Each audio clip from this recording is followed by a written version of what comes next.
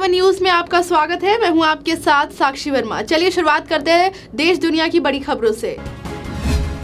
प्रधानमंत्री नरेंद्र मोदी आज सुबह रूस के सोची पहुंचे। रूस के राष्ट्रपति व्लादिमीर पुतिन के निमंत्रण पर पीएम मोदी ने यहां एक अनौपचारिक बैठक में हिस्सा लिया। खास बात यह है कि ऐसा पहली बार हुआ है कि जब दोनों देशों के नेता ने बिना किसी एजेंडे के मुलाकात की। इस बैठक में कई बड़े मुद्दों पर भी बातचीत हुई। कांग्रेस अध्यक्ष राहुल गांधी ने अपने पिता और पूर्व प्रधानमंत्री राजीव गांधी को उनकी 27वीं पुण्यतिथि पर याद किया। राहुल ने अपने ट्वीट में लिखा, मेरे पिता ने मुझे सिखाया कि नफरत पालने वालों के लिए ये जेल होती है। आज उनकी पुण्यतिथि पर मैं उनका आभार जताता हूँ कि उन्होंने मुझे सभी को प्यार और सम्मान करना सिखाया। ट्विटर पर लोगों की समस्याएं सुलझाने के लिए मशहूर सुषमा स्वराज एक बार फिर से चर्चाओं में है। विदेश मंत्री ने एक यूजर के ट्वीट का मजेदार रिप्लाई किया। दरअसल गीता शर्मा नाम की एक यूजर ने रविवार देर शाम सुषमा को ट्वीट किया और हैप्पी संडे कहा। हमेशा की तरह सुषमा ने बिना देरी किए उसे रिप्लाई किया। उन्होंने लिखा, गीता मेरे लिए कोई रविवार नहीं है, ये हैप्पी वर्किंग डे है। कर्नाटक में सरकार के स्वयंरूप और कांग्रेस की हिस्सेदारी को लेकर अहम बैठक की गई। इस संबंध में बातचीत के लिए अशोक गहलोत गुलाम नबी आजाद से मिलने उनके आवास पर पहुंचे। दोनों के बीच कर्नाटक में सरकार बनाने को लेकर अहम चर्चा हुई।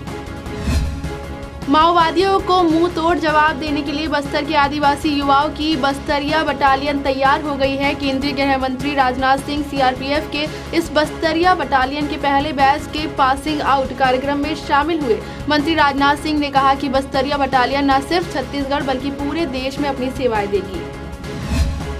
घाटी में रमजान के दौरान भारतीय सरकार के सीज फायर के फैसले के बाद सीमा पर पाकिस्तान लगातार सीज फायर का उल्लंघन कर भारतीय सीमा में मोर्टार दाग रहा है।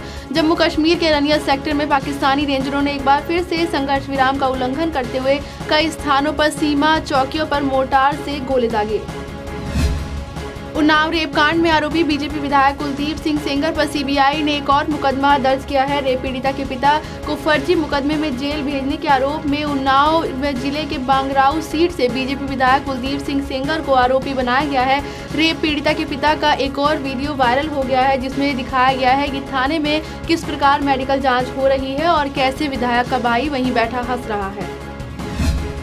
नई दिल्ली विशाखापट्टनम एपीएसी एक्सप्रेस में अचानक आग लगने से यात्रियों में अफरा तफरी मच गई। ये आग ग्वालियर के बिरला नगर स्टेशन के पास B6 और B7 कोच में लगी है। खबर मिलते ही रेलवे के अधिकारी, दमकल की गाड़ियां और पुलिस भी मौके पर पहुंच गई। ट्रेन निजामुद्दीन से विशाखापट्टनम जा रही थी। एल्यूमिनियम और इस्पात पर आयात शुल्क लगाने के मुद्दे पर भारत ने अमेरिका को WTO की विवाद निपटाने प्रणाली में घसीटा है। भारत ने कहा है कि इन उत्पादों पर आयात शुल्क लगाने से अमेरिका के फैसले से उसका निर्यात प्रभावित होगा। अमेरिका का यह कदम वैश्विक व्यापार नियमों के अनुपालन के तहत सही नहीं है। भारत ने कहा है कि विचार विमर्श किसी भी विवाद को निपटाने का पहला कदम है।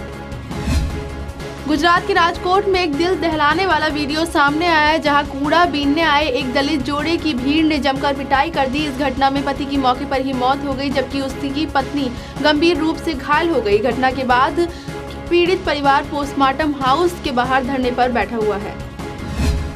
दिल्ली पुलिस की स्पेशल सेल को एक बड़ी सफलता हाथ लगी है। स्पेशल सेल ने नशीली दवाइयों की एक बड़ी खेप बरामद की है। इस खेप में 6 लाख रुपए से ज्यादा की नशीली दवाएं हैं। इनकी कीमत लगभग 50 करोड़ रुपए आंकी गई है। पुलिस द्वारा बरामद की गई नशीली दवाएं अलग अलग किस्म की ड्रग्स हैं। इनके साथ ही 4 लोगों को गिरफ्तार किया गया है।